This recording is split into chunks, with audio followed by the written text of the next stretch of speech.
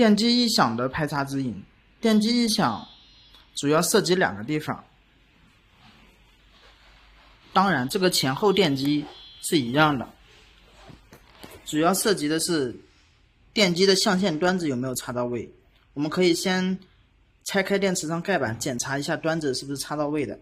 如果电池端子确认是插到位的，那你转动电机，它或者是从轴承或者是说内部发出来的异响，那就是电机坏掉了，我们把对应的电机给它更换掉就可以了。